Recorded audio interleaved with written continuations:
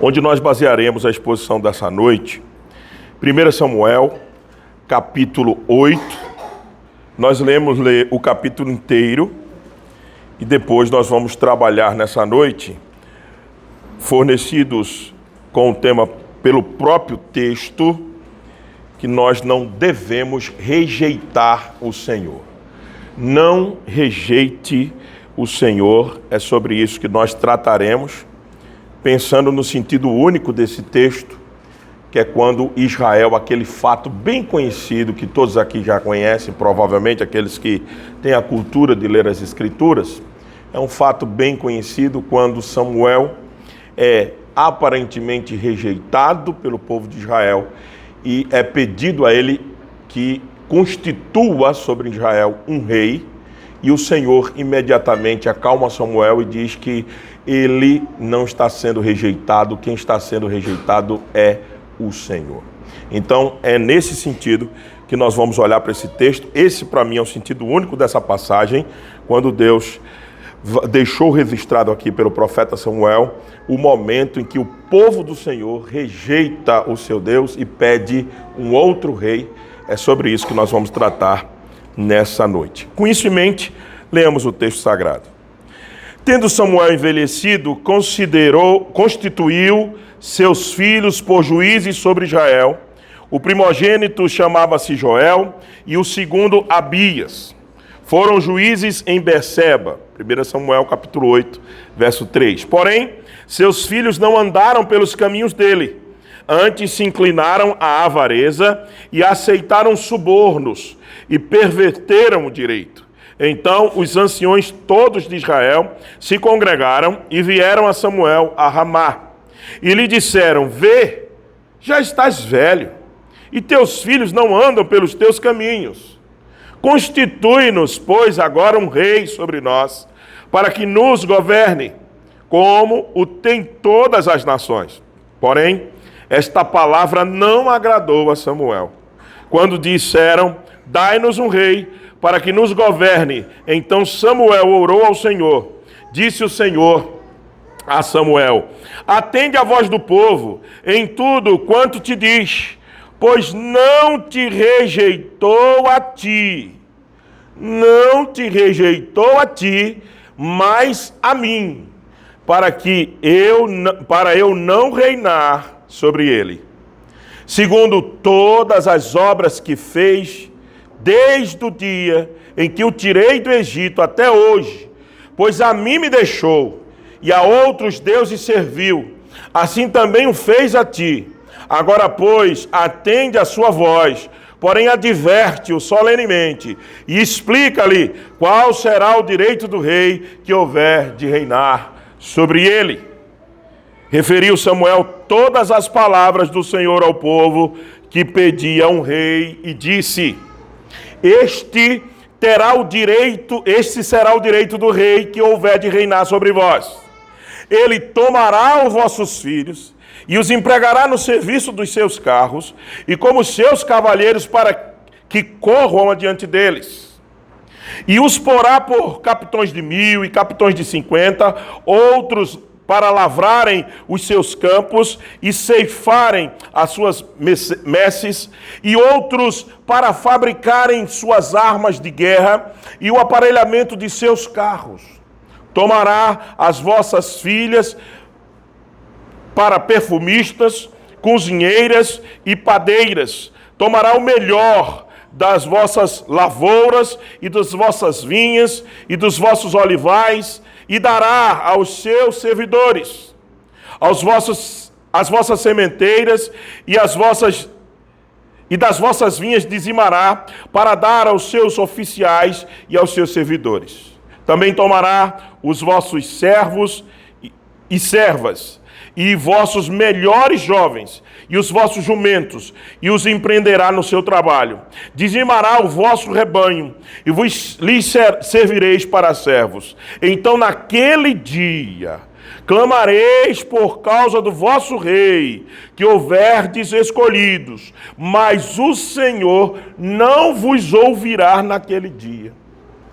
Porém, o povo não atendeu a voz de Samuel e disse: não teremos um rei, não mais teremos um rei sobre nós, para que sejamos também como todas as nações. O nosso rei poderá governar-nos, sair adiante de nós e fazer as nossas guerras.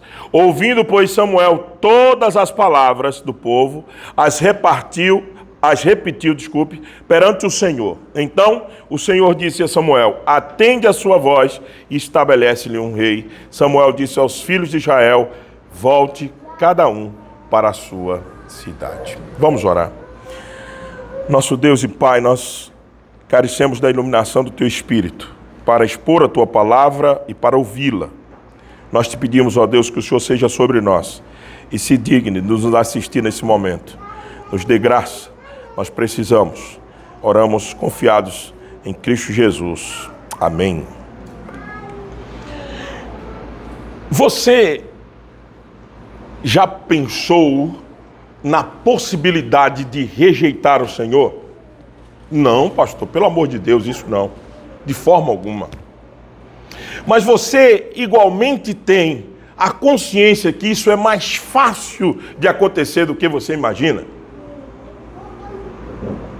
Nós precisamos entender que quando nós estamos falando de rejeição do Senhor, nós não estamos pensando em rejeição declarada.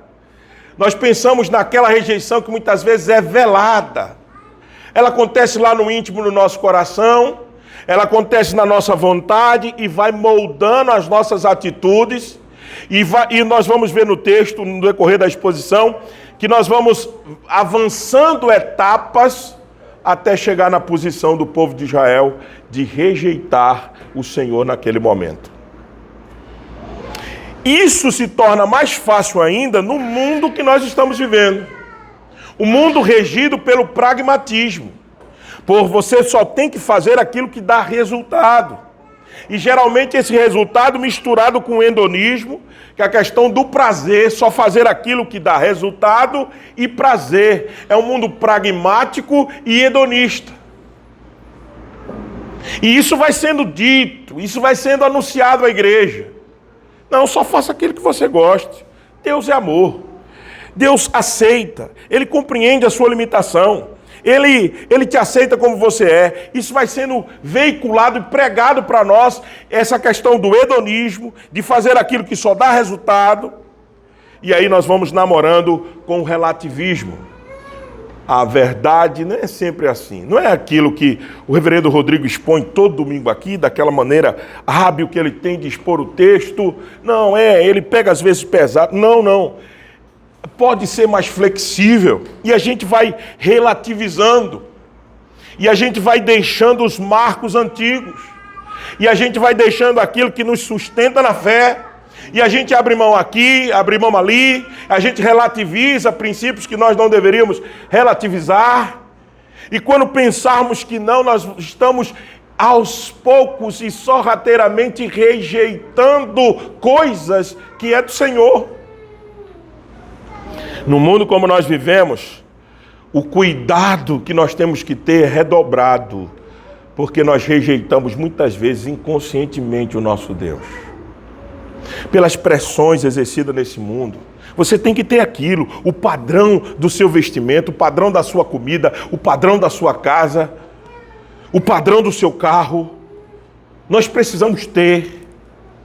Nós precisamos conseguir a carreira profissional tão sonhada, e a gente atrás dessas metas, atrás dessas lutas, que aparentemente nenhuma delas são pecaminosas, pelo contrário, depende de como nós estamos colocando essas coisas e que lugar essas coisas têm na nossa vida. Então aí você vai aos poucos andando e se afastando do Senhor. Principalmente no mundo em que nós estamos vivendo. É muito mais comum do que nós imaginamos. Então, rejeitar o Senhor é algo que nos devia nos preocupar, principalmente à luz daquilo que nós vamos ver nesse texto de hoje, de alguns indícios que deixa claramente que nós começamos a rejeitar o Senhor. É sobre isso que nós vamos ver nesse texto. Antes, porém, eu gostaria de tratar sobre o contexto aqui de 1 Samuel, para que ele situe melhor, para a gente ir mais preparado para o texto. O contexto é o contexto imediato do capítulo 7, imediatamente anterior, do capítulo 7. Os filisteus, o povo de Deus tinha se desviado daquilo que o Senhor gostaria que eles fizessem, tinha adorado outros deuses, tinha caminhado com Balaíns, com outros deuses, e Samuel vem e julga o povo. Samuel diz que vocês precisam de arrependimento, e o povo vai e se arrepende no começo do capítulo 7, e diz assim ao Senhor: olha, Samuel, ore por nós, porque nós queremos realmente voltar-se para o Senhor. Samuel diz: então vocês precisam se arrepender, e eles vão e confessam, pedem perdão ao Senhor, e os filisteus estão se organizando novamente para ir contra o povo de Deus. E aí Samuel está orando, e alguma atalaia, como estava explicando o reverendo Rodrigo, chegou e informou: olha, os filisteus estão organizados e eles vêm contra nós. E aí diz o versículo 9: tomou, pois, Samuel um cordeiro que ainda mamava, e o sacrificou em holocausto ao Senhor. Clamou Samuel ao Senhor por Israel, e o Senhor lhe respondeu. Verso 10 do capítulo 7, enquanto Samuel oferecia o holocausto, os filisteus chegaram à peleja contra Israel, mas trovejou o Senhor naquele dia, num grande estampido sobre os filisteus, e os aterrou de tal modo que foram derrotados diante dos filhos de Israel. Quando é que eles foram derrotados? Por quem? Pelo povo que estava em rebeldia contra o Senhor? Não. Pelo próprio Senhor. Mas interessante é a circunstância que o Senhor troveja sobre eles, imputa medo. Quando eles são tomados de medo, eles correm, Israel vai atrás e mata-os. O povo de Israel vai depois que eles estão com medo e fugindo, diz a sequência do texto. Mas interessante é que eles estavam fazendo o quê? Sacrificando. Samuel estava sacrificando um cordeiro. Interessante observar a cena, e a progressividade da revelação nos mostra claramente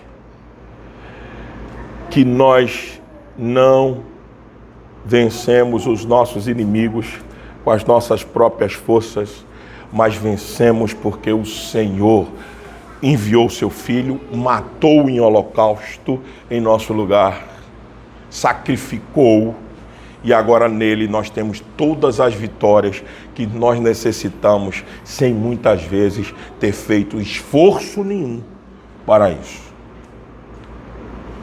Esse é o contexto do capítulo 8. Diz o texto que os filisteus são mortos. Aquela célebre frase do capítulo 7, verso 12. Tomou então Samuel uma pedra, e pôs entre Mispa e Sem, e chamou Ebenezer, e disse: até aqui nos ajudou o Senhor. Até aqui, circunstancial e temporal. Nessas circunstâncias adversas, o Senhor nos ajudou, e até aqui, até esse tempo presente, o Senhor nos ajudou. E aí o que é que acontece? Veja o verso 13. Assim, os filisteus foram abatidos e nunca, observe, nunca mais vieram ao território de Israel, porquanto foi a mão do Senhor contra ele todos os dias de Samuel. Esse é o contexto que inaugura o capítulo 8. Paz. Tranquilidade. Não existia guerra contra o povo, não existia nada que fizesse o povo rejeitar o Senhor. O quê? As circunstâncias de que Samuel está envelhecido, como inaugura o capítulo 8, as circunstâncias que os filhos de Samuel não estão andando no caminho do Senhor, isso é motivo suficiente para que o povo peça outro rei. Deus não tinha apaziguado toda a guerra contra o povo, Deus não tinha feito os inimigos correrem. Por que pedir um rei? Que circunstância é para pedir um rei? Sabe qual era? Sabe qual era o motivo do povo? Porque todo mundo tem um rei. Aí quando você começa a olhar para a vida dos outros, E é aí que a gente pode começar a rejeitar o Senhor. Então vamos para os indicativos de quando nós estamos começando a rejeitar o Senhor. Primeiro, quando nós olhamos para as circunstâncias temporais. Quando você somente está preso naquilo que você está vendo ao seu redor. Veja se não é. Tendo Samuel envelhecido, capítulo 8, verso 1, constituiu seus filhos por juízes sobre Israel. O primogênito chamava Joel e o segundo Abias, e foram juízes em Berseba. Porém, seus filhos andaram pelos caminhos dele, não andaram pelos caminhos dele, antes se inclinaram ao quê? À avareza, e aceitaram subornos e perverteram o direito. Vocês observaram que você pode estar na casa de um profeta do quilate de Samuel? Será que Samuel não ensinou aqueles meninos o caminho do Senhor? Será que Samuel não tinha ensinado a palavra de Deus aos seus próprios filhos? Profeta Samuel não é qualquer um. É aquele que foi dado por Deus a Ana, quando Ana ainda era estéril, lembra? Lembra da oração de Ana? Que pediu um filho e disse, se o Senhor me der, vai ser consagrado ao Senhor. Esse é o profeta Samuel. Dado por Deus como bênção para Ana. Não é qualquer profeta. É o profeta Samuel que tem os seus filhos. Agora, ele tem ainda o desprazer de viver para seus filhos de desviar do caminho do Senhor. Será que não existia na casa de Samuel culto doméstico? Será que não existia exposição da palavra para os meninos? Será que não existia toda a convivência? Será que eles não viam o pai? Mas por que esses meninos se desviam? O texto diz, avareza, amor ao dinheiro. Avareza. Eles aceitavam subornos por causa que amavam dinheiro e perverteram direito. Então, perceba, o exemplo dos filhos de Samuel mostra a realidade que existe nos cercando, nos rondando. Mesmo nós estando pertencendo a algum corpo de igreja, nós podemos, mesmo e sendo exposto à palavra de Deus, mesmo... Claro, e aqui a gente não está rejeitando absolutamente a nossa doutrina, que é bíblica, da eleição. Uma vez salvo, salvo para sempre. Sim, é isso que as Escrituras deixam muito claro. Mas nós podemos andar por caminhos tortuosos quando rejeitamos o Senhor. As Escrituras não dizem se houve local de arrependimento para Joel e Abias. Nós esperamos que sim, que eles sejam eleitos de Deus. Mas as Escrituras dizem que eles não andaram no caminho do Senhor. E nós podemos fazer a mesma coisa, mesmo sendo eleito de Deus. E aí colheremos consequências gravíssimas para a nossa vida. Mas o povo estava olhando para onde? O povo estava olhando para esses filhos de Samuel, olhando para eles, olhando para que Samuel tinha envelhecido. Então os anciãos todos de Israel se congregaram e vieram a Samuel a Ramá. E lhe disseram, vê, olhe, observe. Samuel, pare e olhe as circunstâncias. É isso que o povo está dizendo. Veja, você está morrendo. Seus filhos não andam nos teus caminhos. Então, vamos fazer o seguinte. Vamos colocar um rei sobre nós. Estás velho, os teus filhos não andam pelos teus caminhos. Constitui-nos, pois, agora um rei sobre nós, para que nos governe como tem todas as nações. Eis o problema. Como tem todas as nações, todo mundo faz isso. Por que a gente não vai ter? Todo mundo tem. Isso é normal. Isso é tranquilo. Nós queremos também. Meus irmãos, o povo estava olhando para onde não deveria olhar. O povo estava olhando para as circunstâncias. E quando nós somos guiados apenas pelas circunstâncias da nossa vida, nós corremos sérios riscos de nos desviarmos do Senhor. As circunstâncias da nossa vida não determina necessariamente que nós estamos bem ou mal. O apóstolo Paulo diz que é no na minha fraqueza, que o poder de Deus se aperfeiçoa. É quando as coisas parecem que estão mal para nós, é que elas não estão nos aproximando de Deus. Então cuidado na leitura que você faz da circunstância da sua vida. Ah, está muito ruim, está pesado. Mas talvez seja aquele local que Deus tinha te deixado para que você continue na dependência inteira dele. Cuidado. Então, qual era a lição que Deus estava querendo? Será que Deus não estava vendo que os meninos de Samuel estavam desviados do caminho dele? Será que Deus não estava vendo que Samuel estava envelhecendo e ia morrer? Será que Deus estava cego quanto a tudo isso? Claro que não. E por que eles, ao invés de pedir um rei, não pediram outro profeta? Já pensaram nisso nesse texto? Por que eles não pediram outro profeta? Porque eles não queriam. E aí a gente passa para o segundo indício que nós estamos começando a rejeitar o Senhor. Quando a gente quer aquilo que nós não deveríamos ter. Quando você quer aquilo que você não deveria ter, você começa a se afastar do Senhor. Qual a necessidade de ter um rei? Qual é a necessidade daquele momento? Qual? Estavam passando fome? Não. Estavam em guerra que precisava de um rei para sair na frente da batalha e vencer a guerra? Não. O Senhor já tinha feito isso, inclusive, no capítulo 7, lembra-se? O Senhor já tinha vencido a guerra por eles. Para que um rei? Para quê? Qual o motivo?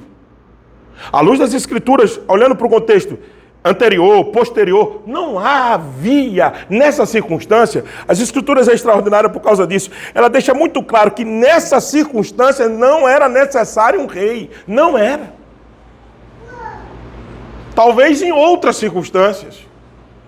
Talvez.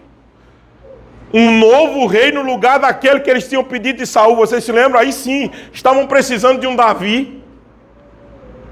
Mas aqui não. Aqui não há necessidade alguma de um rei. Sabe por quê? Porque todo mundo tem. É o verso 5. Veja. Final do verso 5. E nós queremos que constitua um rei sobre nós, para que nos governe como o tem todas as nações. A única justificativa é porque nós queremos ser igual a todo mundo. Porque nós queremos ser igual a todo mundo, simples. Eu quero ser igual a todo mundo. É o senso de pertencimento desse mundo. Eu quero pertencer. E daí? Então, às vezes a gente acha que essas mensagens estão desatualizadas, são do Velho Testamento, mas fala alguma coisa para nós hoje? Será que não? Será que muitos de nós não queremos viver como todos vivem? Porque senão estaremos sem pertencer a um determinado grupo social ou a determinada cultura.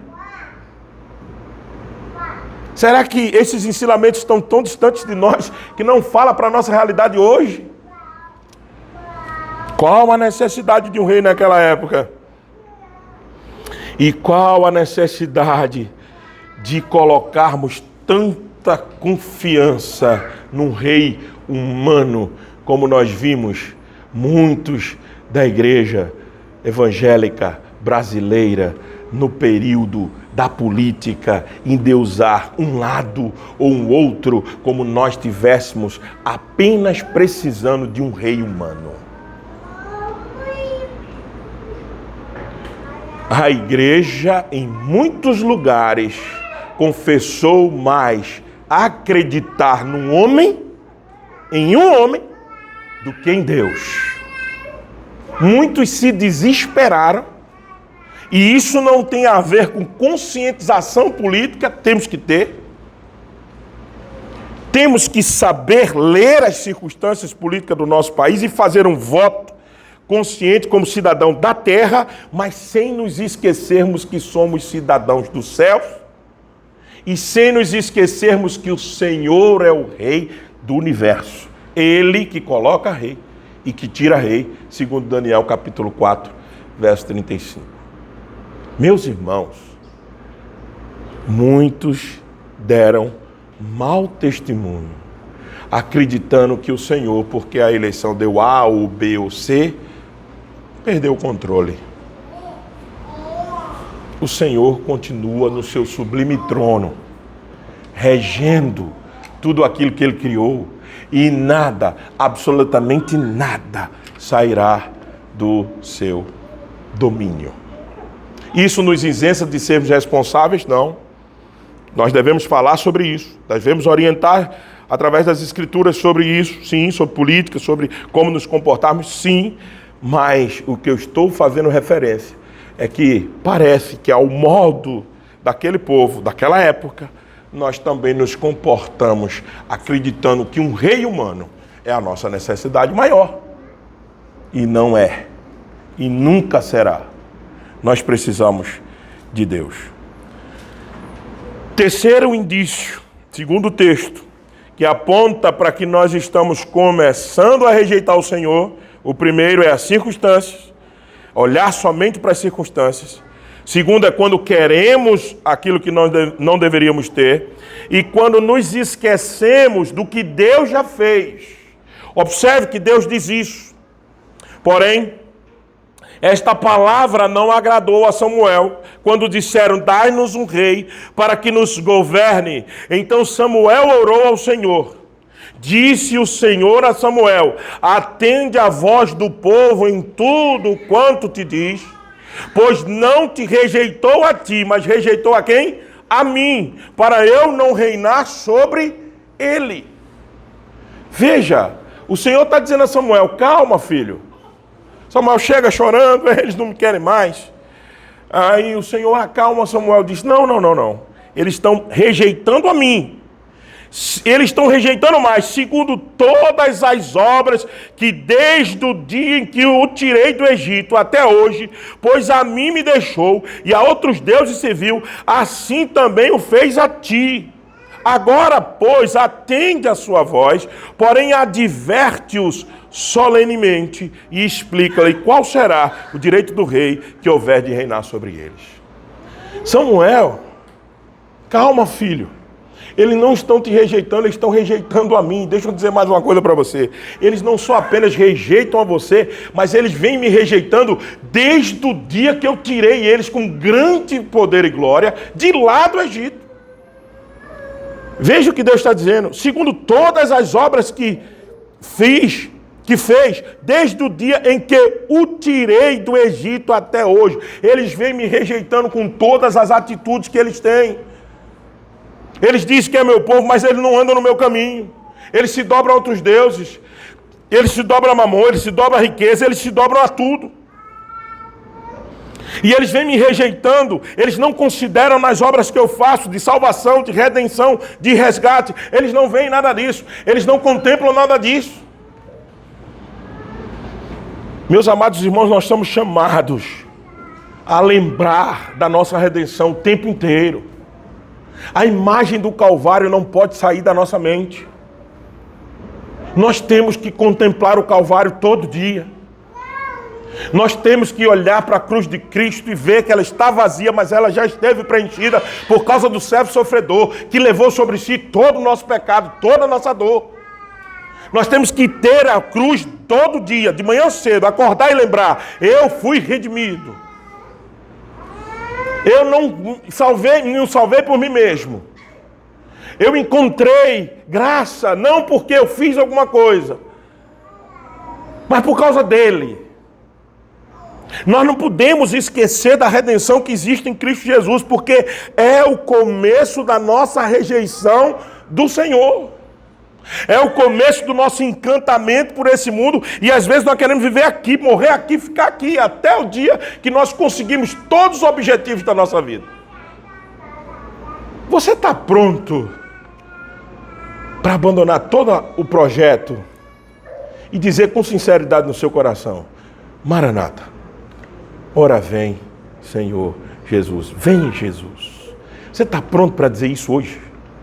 Ou você ainda tem muito projeto para cumprir? Se a sua resposta a essa pergunta sincera, e a sua resposta for sincera, for não, se você disser assim, ó, não, eu queria mais um pouquinho de tempo, porque eu só falto isso aqui. Deixa eu dizer para você uma coisa, e para mim, é um forte indício que talvez nós ainda não esquecemos da grande redenção que ele tem feito. E talvez um forte indício que nós estamos rejeitando não somente o Senhor, mas aquilo que ele tem para a nossa vida. O povo tinha completamente esquecido o que Deus tinha feito por eles. O capítulo 7 está ali para lembrar a gente. Trovejou o Senhor, filisteus saíram correndo. Eles tinham visto isso. Quando esquecemos de quem o Senhor é e o que Ele já fez por nós, estamos começando o processo de afastamento do Senhor. Quarto e último indício de que nós podemos estar rejeitando ao Senhor, não é apenas quando nós não olhamos para as circunstâncias, ficamos só vridados nas circunstâncias, quando queremos aquilo que nós não devíamos ter, quando esquecemos do que Ele já fez, mas quando deixamos de ouvir as suas advertências. Observe o texto no verso 9. Agora, pois, atende a sua voz, porém adverte o povo, solenemente. Veja, não é qualquer advertência, é uma advertência solene. Reúna os líderes, faça uma santa convocação. Era assim a reunião solene. Faça uma santa convocação. Convoque todo o povo, não deixe ninguém de fora. Nenhuma família. Reúna todo o povo. Isso é uma advertência solene. E passe a dizer a eles, explique a eles qual é o direito desse rei, ou qual será o direito desse rei que eles estão me pedindo. E Samuel faz isso. Veja o verso 10. Referiu Samuel todas as palavras do Senhor. Quem diz essas palavras não é Samuel, é o Senhor. Ao povo que lhe pediu um rei, disse: este será o direito do rei que houver de reinar sobre vós. Ele tomará os vossos filhos, o empregará no serviço dos seus carros e com seus cavalheiros para correrem adiante deles. Ou seja, eles vão explorar o filho de vocês. Veja mesmo. Segundo, e os porá um por capitão de 1000 e capitão de 50, outros para lavrarem os seus campos e ceifarem as suas messes, e outros para fabricarem suas armas de guerra e o aparelhamento de seus carros. Ou seja, eles vão tomar o filho de vocês. E eles vão esse rei vai colocá-los sobre esse serviço. E tomará só os filhos? Não. Tomará o melhor das vossas lavouras. Tomará as vossas filhas, verso 13, as filhas também, para perfumistas, cozinheiras e padeiras. Ele tomará a filha de vocês. Tomará o melhor das vossas lavouras, e das vossas vinhas, e dos vossos olivais, e o dará aos seus servidores. As vossas sementeiras e as vossas vinhas dizimará. Ou seja, o rei vai tomar tudo que é de vocês, filhos, campo, produção. Tomará, sabe o que? Até os servos de vocês, verso 16, e as vossas servas, os vossos melhores jovens, os vossos jumentos, e os empregará no seu trabalho. O rei dizimará o vosso rebanho. Vocês pensam que vocês vão ser criadores de rebanho? Não, eles vão tomar o que é de vocês.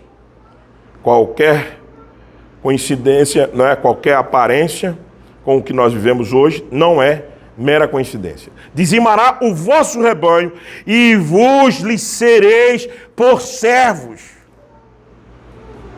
É isso que vocês terão.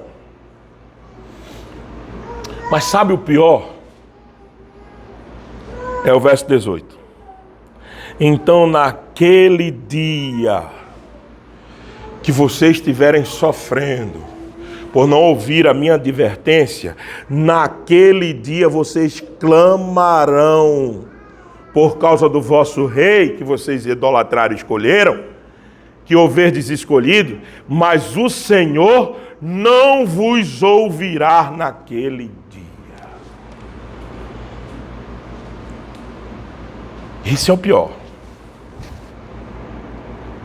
a falta de atenção às advertências que o Senhor nos dá, não é só ruim, porque quando a gente não ouve o que Ele está falando para nós, nas advertências solenes de culto, nas advertências solenes quando as Escrituras estão sendo pregadas, expostas com fidelidade, quando os servos do Senhor estão falando, não vão por aí, não façam isso, voltem para Deus.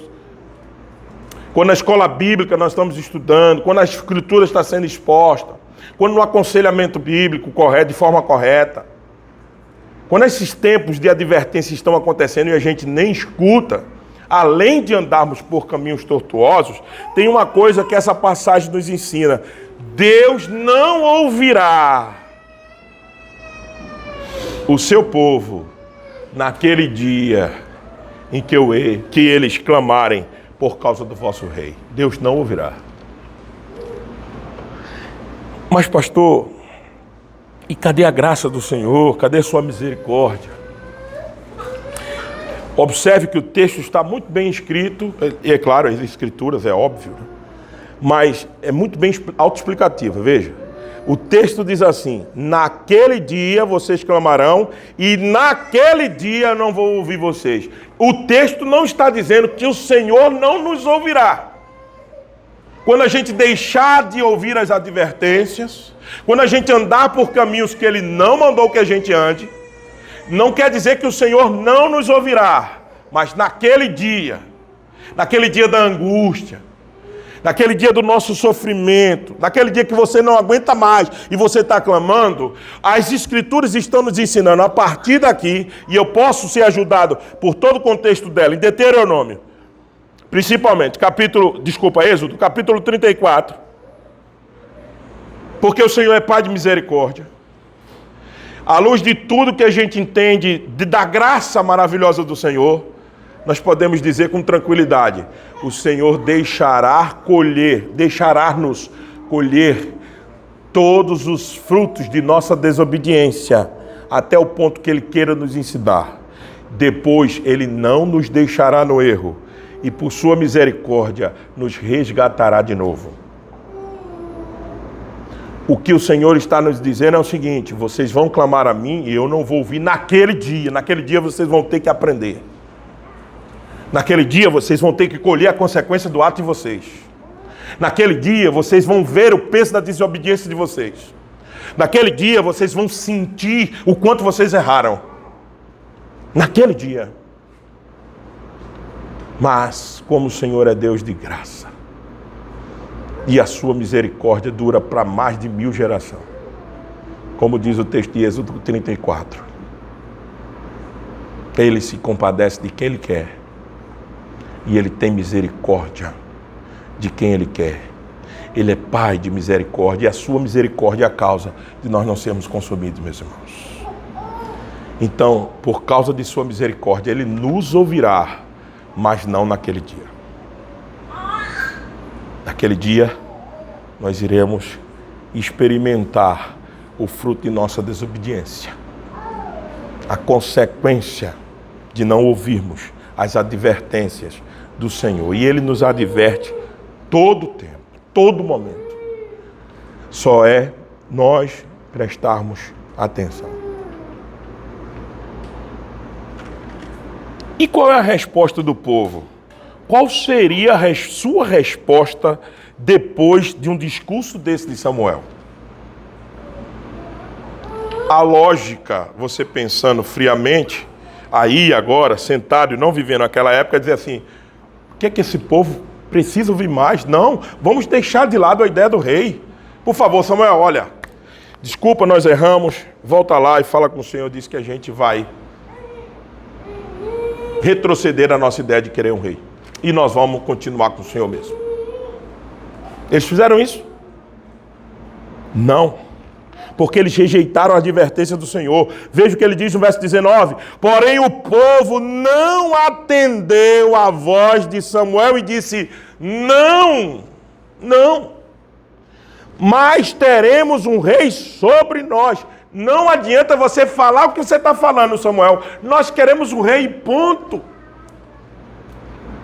Ah, meus irmãos, a triste notícia é que nós somos Esse povo de Deus, que muitas e muitas vezes é exortado, é advertido, é chamado para o arrependimento, e nós dissemos: não, vamos continuar como estamos.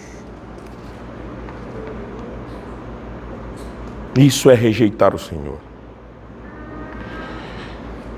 Para que sejamos também, diz ainda o povo, como todas as nações, o nosso rei poderá governar-nos, mas eles não iam governar. Vejam que eles não escutam o que Samuel está dizendo. O rei ia explorá-los, mas ele diz assim: não, o nosso rei pode nos governar e sair diante de nós, fazer as nossas guerras. Para quê, se eles já tinham visto Deus fazer a guerra deles? Precisava eles dizerem isso? É rejeição completa do Senhor. Ouvindo, pois, Samuel todas as palavras do povo, as repetiu perante o Senhor. Então o Senhor disse a Samuel: atendei, já que eles querem, agora eles vão experimentar. Atendei a sua voz e obedecer-lhes e dar-lhes um rei. E obedece-lhe e estabelece-lhe um rei. Samuel disse aos filhos de Israel: volte cada um para a sua cidade, como quem dizendo assim: tá bom, vocês querem isso? Já falei com Deus, então vamos providenciar. E no capítulo 9, começa a busca de Samuel, sabe por quem? Por Saul. Saul foi uma catástrofe como rei de Israel. Saul começou aparentemente muito bem, depois se desviou completamente do caminho do Senhor e fez o povo do Senhor sofrer, perecer muitas derrotas. E sabe como esse rei que esse povo pediu acabou? Consultando uma pitonisa. Você lembra? Ah, meus irmãos, quando nós nos desviamos do caminho do Senhor. Ah, quando nós não ouvimos o que Deus tem nos dito. Nós sofremos. Mas ainda em sua grande misericórdia, Ele não nos deixa perecer. Isso é graça. E o que fazer diante de todas essas verdades? A primeira coisa é voltar-se em arrependimento se eu e você estamos, porventura, nos desviando do Senhor e rejeitando ao Senhor em alguma área da nossa vida ou em toda a nossa vida. Pedir misericórdia, orar arrependido e começar a obedecer às advertências que o Senhor tem nos dado. Mas, se você está como eu, achando que nós podemos rejeitar o Senhor ainda, porque nós somos muito parecidos com aquele povo pecador do deserto, louvado seja o Senhor, porque não depende do que nós fazemos, mas depende do que o nosso Cristo já fez. Imitemos o Senhor Jesus. Imitemos a Ele. Ele é o exemplo maior de um servo que nunca rejeitou o seu Senhor. Jesus nunca rejeitou o Senhor. Jesus nunca rejeitou a Deus. Jesus sempre fez aquilo que o Pai lhe mandou fazer. Você lembra do episódio da mulher no poço de Jacó? Quando os discípulos do Senhor Jesus vê que ele está com fome, certamente eles deduzem que está com fome, a caminhada tinha sido longa, e eles vão providenciar alguma coisa para ele comer. E no intervalo do tempo que a mulher samaritana sai do poço de Jacó e vai lá falar com seus maridos, naquele intervalo os discípulos chegam e dizem assim para ele: come, mestre. Ele disse: a minha comida e a minha bebida é fazer a vontade daquele que me enviou. O Senhor Jesus é o nosso exemplo. Nele não apenas nós temos redenção, nele não apenas nós temos salvação e segurança de que se formos infiéis, ele permanecerá fiel, segundo Timóteo capítulo 2, verso 13. Mas não apenas segurança e tranquilidade quando nós rejeitarmos ao Senhor, mas ele serve de modelo a ser seguido. Jesus nunca rejeitou o Senhor, nunca rejeitou o seu Pai, nunca, absolutamente nunca fez nada contra o plano e o projeto de Deus para salvar o seu povo. Até hoje, ele continua à direita de seu Pai, intercedendo por nós, de onde ele há de vir, para julgar os vivos e os mortos. Ele continua lá, intercedendo por nós, intercedendo pela nossa vida, para que a gente não pereça. Então louvado seja o nosso Senhor. Que nós, meus irmãos, não fiquemos guiados pelas circunstâncias. Que a gente não olhe para aquilo que os outros têm e a gente não tem. Que a gente se lembre sempre dessa grande redenção. E que a gente nunca deixe de ouvir as advertências do Senhor, porque certamente isso acabará mal. Se condenação ou não, aí não é na nossa conta, os eleitos serão mantidos e preservados, o povo do Senhor também, por causa de sua fidelidade, por causa do pacto que ele fez consigo mesmo, como diz Gênesis 15, por causa de tudo isso nós estamos seguros. Mas corremos riscos de andarmos por caminhos que ele não preparou para nós. Quando rejeitarmos o Senhor, que isso não aconteça nesse ano de 2023. Que a prioridade da Igreja Presbiteriana de Bereia seja o Senhor. A prioridade seja Deus e nada mais. Carreira profissional subordinada a isso, família subordinada a isso, em primeiro lugar, seja o Senhor Deus, o centro e o alvo da vida dessa igreja. E quando vocês se sentirem enfraquecidos ou até distanciados, volte, olhe para a cruz, creia na redenção que existe no Senhor Jesus e imite o seu exemplo de servir. Sabe um antídoto, pastor? Se o senhor pudesse dar um conselho de uma coisa prática que nos previne de servir ao Senhor, o que é que o senhor nos diria? Eu digo, sirva o tempo inteiro. Sirva ao Senhor. Na igreja, fora da igreja, nos trabalhos, no seu trabalho, na sua vizinhança, sirva.